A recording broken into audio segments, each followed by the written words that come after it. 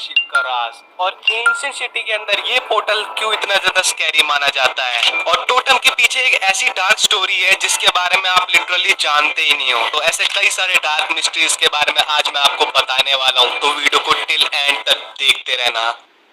ना जाने हम माइनक्राफ्ट में कैसे कैसे मरते हैं, जैसे कि ज़ॉम्बी के यहाँ से मरना या पहाड़ से कूद के मरना या माइनक्राफ्ट में अंदर दिन माइनिंग करते हुए लावा में गिर के मरना। और सबसे ज्यादा इरिटेट ये करता है कि हम चेस्ट में कुछ भी काम कर रहे हो तभी पीछे से आके क्रीपर एकदम से ब्लास्ट हो जाए एंड देन हमारी डेथ होती है बहुत गंदी वाली। पर एक ऐसा आइटम जो कि आपको मरने से बचाता है, द टोटम। यस, इसको हाथ में लेने के बाद अगर आप पीवीपी करते हो तो आप मरने से बच जाओगे। अगर आप कितनी भी ऊंचाई से कूदते हो तब भी आप मरने से बच जाओगे। एंड हाँ, अगर आप क्रीपर के पास जाके उससे गले भी मिलते हो तब भी आप मरने से बच जाओगे। इतनी कमाल की चीज है ये आइटम। बट आपने कभी सोचा है कि टोटम है क्या?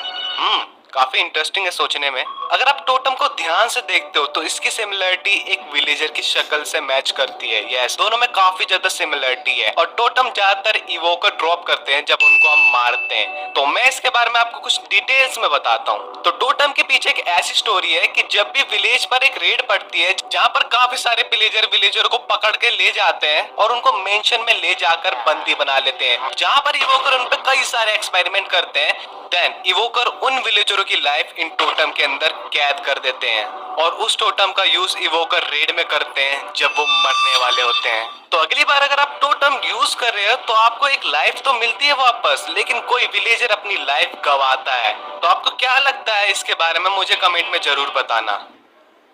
तो माइनक्राफ्ट 1.19 में एक नई जगह ऐड हुई थी जिसको हम एंशिएंट सिटी कहते हैं। ज्यादातर प्लेयर वहां पर जाते हैं चेस्ट को लूटने और किसी काम के लिए नहीं जाते, और वहां पर हमारा इंतजार कर रहा होता है वार्डन। जैसे उसको पता चलता है कि हम वहां पर मौजूद हैं तो हमसे गले मिलने के लिए हमारे पीछे लग जाता है। तो ज्यादातर माइनक्राफ्ट प्लेयरों को लगता है कि एंशिएंट सिटी ही वार्डन का घर है। तो मैं आपको बता दूं, आप गलत हो, क्योंकि वार्डन इस डायमेंशन के मॉब नहीं है, बल्कि वो किसी और डायमेंशन से गलती से हमारे ओवरवर्ल्ड में आ गए हैं।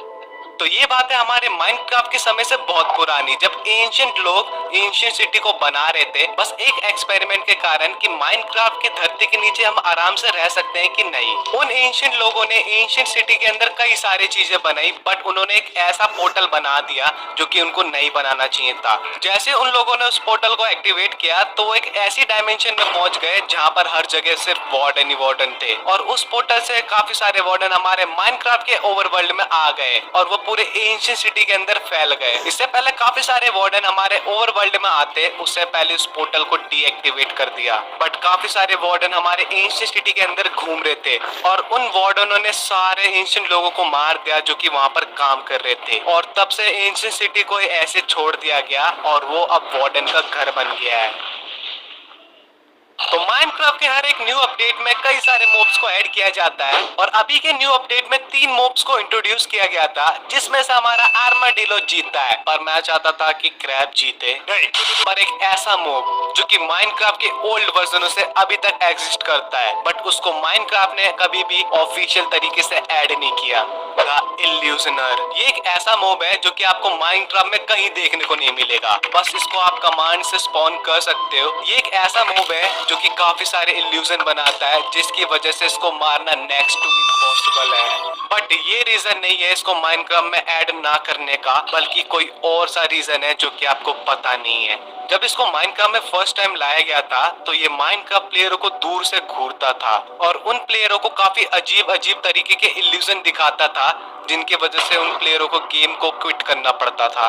और ये इल्यूजनर जहाँ पर भी होता है तो उस जगह पर काफी अजीब चीजें होना स्टार्ट हो जाती है, जैसे कि सारे ट्री से लीव्स का गायब होना, वर्ल्ड के अंदर से काफी सारे चंग मिसिंग हो जाते हैं, और भी कई सारे वियर्ड इल्यूजन ये दिखाता रहता है। और ये कुछ इल्यूजन ऐसे भी बनाता है जिसको देखकर आप लिटरली रो दोगे, और यही रीजन है कि इल्यूजनर को आज तक माइनक्राफ्ट में ऑफिशियल तरीके से ऐड कभी नहीं किया।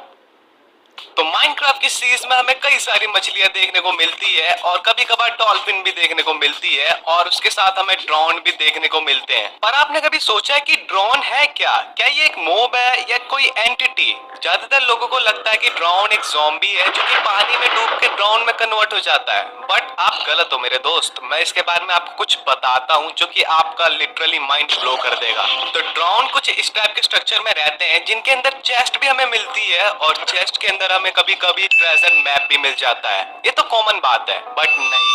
अब आप ये सोच रहे होंगे कि ये ट्रेजर मैप किसने बनाया है और ड्रोन के चेस्ट में ये क्या कर रहे हैं। तो मैं आपको बताता हूँ, ड्रोन कोई और नहीं बल्कि माइनक्राफ्ट के पुराने पायरेट्स थे जिनकी शिप किसी चक्कर से डूब गई, जिनके साथ वो भी डूब गए और वही लोग काफी समय बाद ड्रोन में कन्वर्ट हो गए। और अगर आप गूगल पे सर्च करते हो ड्रोन का मतलब तो आपको मिलता है डूबना। तो इट मींस इन दोनों का कनेक्शन कुछ ना कुछ तो है। और अगर आप माइनक्राफ्ट की शिप रैक की चेस्टों को चेक करोगे तो आपको ऐसे ही ट्रेजर मैप मिलेगा जैसे कि ड्रोन की चेस्टों में पड़े रहते हैं। और उस मैप को लेकर अगर आप ट्रेजर ढूंढते हो तो आपको ट्रेजर भी मिल जाता है। तो हमारा आंसर ये निकलता है कि ड्रोन वो डूबे हुए लोग हैं जो कि खजाने की तलाश में समुद्र में निकले, लेकिन उनकी शिप किसी चक्कर में डूब गई और उस शिप पे जितने भी लोग थे वो भी पानी में डूब गए और वो धीरे धीरे ड्रोन में कन्वर्ट हो गए। इस चीज पर आपका क्या सोचना है मुझे कमेंट में जरूर बताना।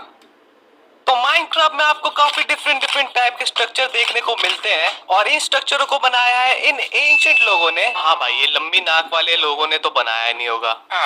इन एंशिएंट लोगों ने माइनक्राफ्ट के ओवरवर्ल्ड में जितने भी स्ट्रक्चर है इन्होंने खुद से बनाया है। पर आपने कभी सोचा है कि नेदर के अंदर जो बेस्टियन है और ये फोर्ट्रेस है ये किसने बनाया है? तो ज्यादातर लोगों का आंसर होगा इन्हीं एंशिएंट लोगों ने नेदर के अंदर ये सारे स्ट्रक्चर बनाए होंगे। पर आप गलत हो। नेदर के जितने भी स्ट्रक्चर है ये सारे स्ट्रक्चर बना है इन पिगलिंग्स ने, वो भी अपने हाथों से। अब वो कैसे, मैं आपको बताता हूँ। जब पहली बार एंशिएंट लोगों ने नेदर पोर्टल एक्टिवेट किया था जिसकी मदद से उन्होंने नेदर को खोजा था, बट जैसे कुछ लोग नेदर में गए तो वो मरना स्टार्ट हो गए बिकॉज नेदर में इतनी ज्यादा गर्मी थी जिनकी वजह से उनकी बॉडी वो गर्मी झेल नहीं पा रही थी और वो धीरे धीरे मरना स्टार्ट हो जा रहे थे। उन्हीं में से कुछ लोग जो नेदर की गर्मी झेल भी रहे थे वो गलती से कभी कभार लावा में गिर के मर जाते थे। लेकिन एंशिएंट लोगों को नेदर के बारे में काफी सारी जानकारी निकालनी थी। उन्होंने काफी सारी किताबें पढ़ी और काफी सारे एक्सपेरिमेंट किए और उन्हीं में से एक ऐसा एक्सपेरिमेंट उन्होंने किया जिससे उन्होंने पिग को पिगलिंग्स के अंदर कन्वर्ट कर दिया। उन्होंने जब पिगलिंग्स को नेदर में भेजा तो वो उस एनवायरनमेंट के लिए बिल्कुल परफेक्ट था। उन एंशिएंट लोगों ने पिगलिंग्स पे और कई सारे एक्सपेरिमेंट किए और फाइनली हमें कुछ ऐसे पिगलिंग्स मिलते हैं जिनके पास कुछ दिमाग होता है और उन्हीं पिगलिन की मदद से उन्होंने फोर्ट्रेस और बेस्टियन जैसे स्ट्रक्चर बनाए नेदर के अंदर। तभी आपको ज्यादातर पिगलिंग बेस्टियन और फोर्ट्रेस में देखने को मिलते हैं। तो आप ये कह सकते हो कि एंशिएंट लोगों ने पिगलिंग्स को बनाया था अपने मतलब के लिए। एक तरह से पिगलिंग एंशिएंट लोगों के स्लेव्स थे और गलती से अगर आप नेदर से पिगलिंग्स को ओवरवर्ल्ड में लेके आते हो तो अपनी सारी एबिलिटीज खो देता है जो कि उन एंशिएंट लोगों ने उसको दी थी। तो इसके बारे में आपका क्या कहना है मुझे कमेंट में जरूर बताना। तो माइनक्राफ्ट के अंदर हमें कई सारे एनिमल ऐसे घूमते हुए मिलते हैं जिनमें मेरा फेवरेट शीप है जिनको हम फटाफट मार कर खा जाते हैं और करते ही क्या है। और माइनक्राफ्ट के अंदर हमें डिफरेंट कलर के शीप देखने को मिलते हैं जिनमें सबसे ज्यादा रेयरेस्ट है ये पिंक वाला शीप जिसका माइनक्राफ्ट में मिलना बहुत ज्यादा रेयर माना जाता है। पर एक ऐसा शीप जिसको सबसे ज्यादा स्कैरी शीप माना जाता है द रेड शीप। अगर ये आपको माइनक्राफ्ट में रैंडमली इधर उधर देखने को मिल जाता है तो आप फटाफट वहां से भाग लो क्योंकि ये शीप इतना ज्यादा खतरनाक है आपको बता नहीं सकता। इसके बारे में क्रीपीपास्ता ने भी कई सारी चीजें लिखी है और यहाँ तक कि एक यूट्यूब चैनल पे इससे रिलेटेड वीडियो है जिसको मैंने देखा तो मेरे होश उड़ गए।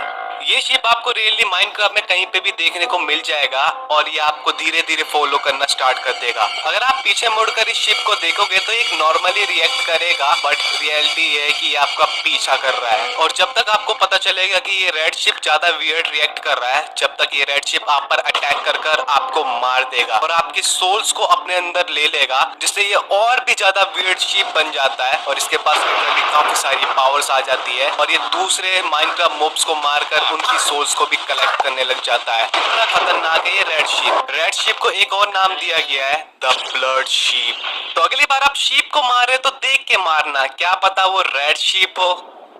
बस आज के लिए इतना ही। अगर आपने सब्सक्राइब नहीं किया तो सब्सक्राइब कर देना।